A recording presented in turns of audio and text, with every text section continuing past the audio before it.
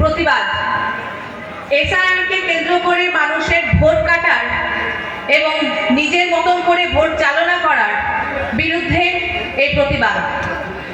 এইভাবে আমরা দেখতে পারি আমাদের আন্দোলনটা হচ্ছে বেকারত্বের বিরুদ্ধে, দ্রব্যমূল্য বৃদ্ধির বিরুদ্ধে, শিক্ষাকে যেভাবে নষ্ট করে দিচ্ছে তার বিরুদ্ধে।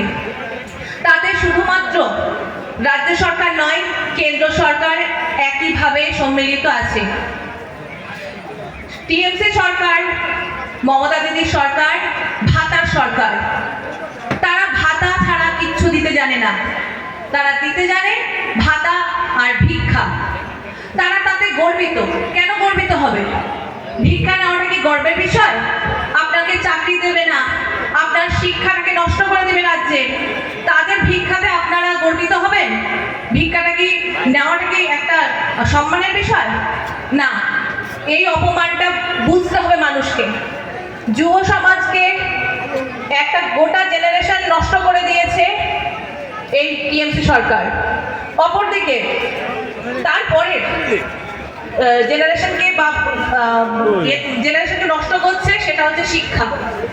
দুভাবে নষ্ট করছে। একটা হচ্ছে একটা যুব সমাজকে বেকারত্বের মধ্যে ফেলে দিয়ে, আর একটা পরবর্তী যেটা আপনাদের সন্তানেরা আছে তাদের শিক্ষা ব্যবস্থাকে নষ্ট করে। আপনার শিক্ষা, আপনার বাচ্চাদের শিক্ষা যদি না হয়, তারা আগামী দিনে করবেটা কি? যুব সমাজকে তো বেকারত্বের উন্নতি তো দিয়েই দিয়েছে। তাহলে ধ্বংস করতে গেলে সব থেকে ওরা জানে যে একটা সমাজ ধ্বংস করতে গেলে অর্থনৈতিক দিক নষ্ট করতে হবে, যেটা হচ্ছে বর্তমান যুব সমাজের বেকারত্ব। আর পরবর্তী নিজেদেরকে বলিষ্ঠ করার জন্য করতে হবে কি? শিক্ষা নষ্ট করে দিতে হবে। দিনের পর দিন সরকারি স্কুলগুলো বন্ধ হয়ে যাচ্ছে, দিনের পর দিন দেখা যাচ্ছে বেসরকারি